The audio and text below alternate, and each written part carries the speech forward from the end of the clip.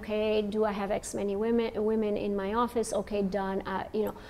Is that enough to kind of bring about societal change? No, but it's helpful.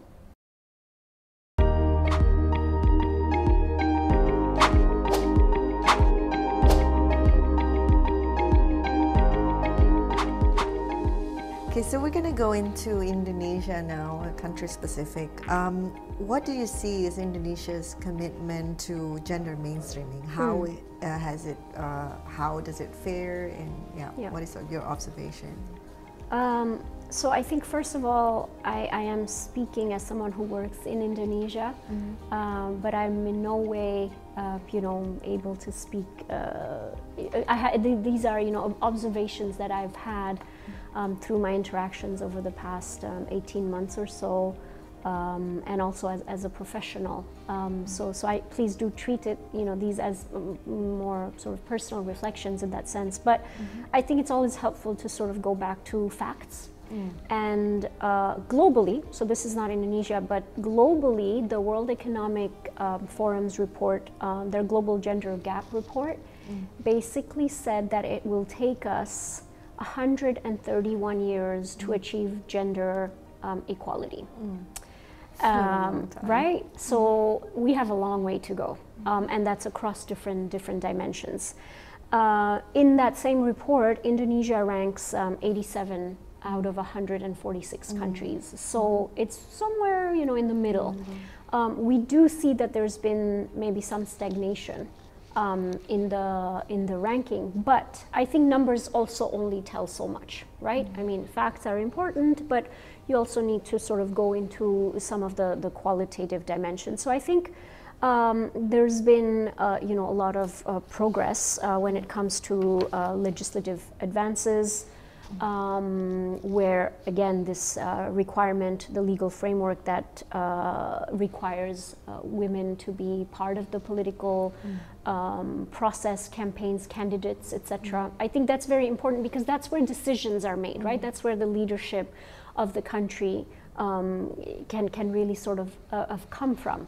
And I think that says a lot about the kind of very, very positive trends that Indonesia is experiencing, but also it can be a leader for other countries and show that it is possible. And we also know that there are, the number of women entrepreneurs in Indonesia is increasing. That's the trend that we've been seeing.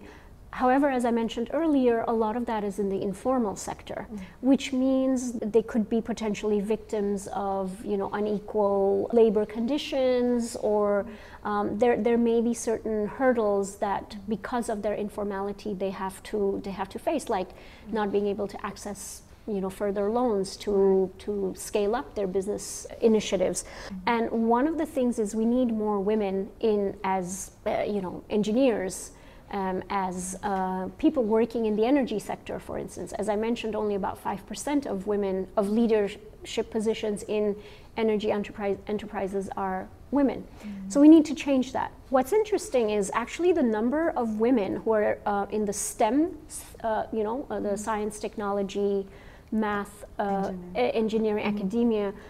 There's actually, it's pretty equal, but the follow-up of that, so them taking that knowledge and expertise and qualifications into the formal workforce is actually not as high as it would be, given how many women are actually studying that. So I think these are the remaining challenges, right? So definitely the investments have been made, definitely the enrollment rates for primary, secondary are showing extremely positive trends. But with every success, there's always room to do a bit more.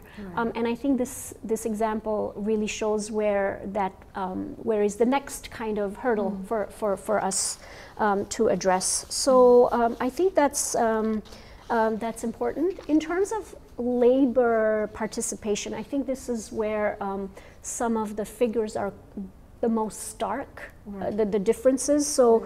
Countrywide, the labor participation of men is about 83%, and for women it's only 53%. It could be linked to this informality point that I made. So how do you really create the enabling environment where women are able to benefit from a formal recognition of their contribution as economic agents who are contributing to the growth of this country, but maybe the way we capture that is not yet seen because of the way our systems are set up. So I guess that's a little bit my reflections, but the fact that gender equality and women's empowerment has been included in the 5-year plan and the 2045 vision for Indonesia, golden Indonesia, is that kind of commitment I don't think we can take for granted. I think there are many places in the world where those types of policies, that kind of political commitment is not there. And the fact that we have that means partners like UNDP have a very strong basis to continue and work very closely with our partners to help realize those ambitions. Yeah, and speaking of challenges, you were talking about it earlier. Like, what do you see are some of the challenges in, I guess, implementing this gender mainstreaming? Also, are there some conditions that are needed to optimize the efforts? So I think there are two things, and again, alluding to what I mentioned earlier, you need champions, both men and women, and you need champions that people can relate to, right? So role models who are actually embodying the kind of change we want to see. And speaking of social media, we know how much social media has an influence on young people to sort of follow, certain trends, it's a very powerful platform. So having the right people champion these causes in the right way, I think, is an important consideration for us to take. And that needs to be both men and women, and from Java, but also from outside Java, representing the different characteristics of this very vast country. Number two, it does come to financial resources also. As I mentioned earlier, I think it's wonderful to see that increasing commitment to gender mainstreaming, women's empowerment. However, are we putting our money where our intentions are? And I think the kind of climate budget tagging that I mentioned earlier, if we're committed to make sure we address the needs of women in the context of climate change, are we making those right investments? So that link between commitment and both the financial investments required, the political investments required are very important, and they go hand in hand. Right, okay. So my next question, I guess, is kind of our self-interest as well, because we are media. What do you see as the media's role in gender mainstreaming? I'm coming from the perspective of of a media that offers news and views through a gendered lens, but most of the mainstream media don't really have this gender lens, and you can, it can be seen from some of the reporting that is. Yeah. So what do you really see, how can the media be or contribute to this effort? So first of all, I think really kudos to Magdalene and media outfits such as yourselves, who are really explicitly focusing on women. I think that's really important to advance the discussion and to give the platform to speakers and to the causes that we're talking about. But I think mainstream media also needs to, just as we kind of talk about the policies that are required in political campaigns, for instances, or businesses must have X number of women board members, etc. Perhaps those types of considerations also need to be sort of discussed in terms of how media can increase the coverage of news related to women, but also taking an approach that is helpful and advances the issue. And so I think we need to change also the way in which mainstream media addresses and sees the question of women. Again, I think there is definitely positive, there are indications that things are improving, but when you think about the news, and if the news are dominated by actions taken by leaders who happen to be men, then that's the kind of news you're going to see. Right. But I think where there are examples, even if they're few, the media has such a strong role in influencing our thinking, and making us really reflect on some of the challenges from both sides. Yeah. Well, this is the last question, and it might be really big. So, when we talk about gender mainstreaming and how it tries to change, from the top down as well as bottom up, and when we talk about top down, we talk about policies, but can gender-sensitive policies actually shift gender norms and behaviors, of course, towards a more inclusive and equal society? Can it change society in the long run? I'm an eternal optimist.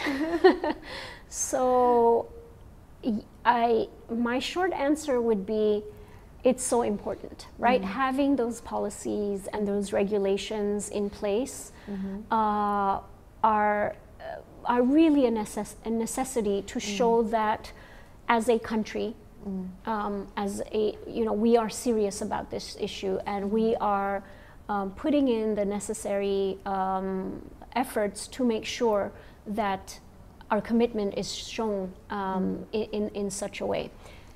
So having policies in place is one step. Implementing them and being able to show progress requires efforts from different actors, and that's when you start going into your question a little bit, like, do policies actually make a change, intrinsically?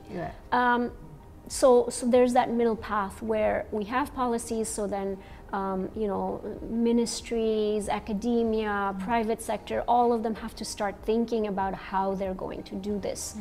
And for some, it might still be a tick mark exercise. Okay, do I have X many women in my office? Okay, done. Is that enough to kind of bring about societal change? No, but it's helpful.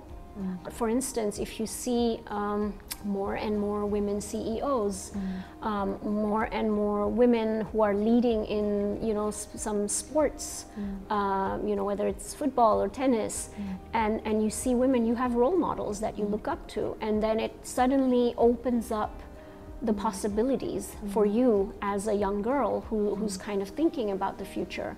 So, but ultimately, I think the real change needs to happen, in our individual levels, in our families. So where we're actually putting in practice these issues that we talk about in the workplace, we have to lead by example. I really believe that if you don't lead by example, you're not true to a cause.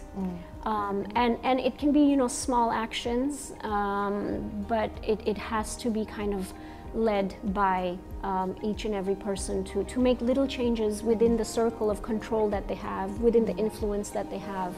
And if many of us do that, then surely there will be the kind of irreversible change that we would hope to see. Great, thank you. Well, thank you for being optimistic. Yeah, always. I am also. Well, thank you so much. Thank you so much. It was a pleasure.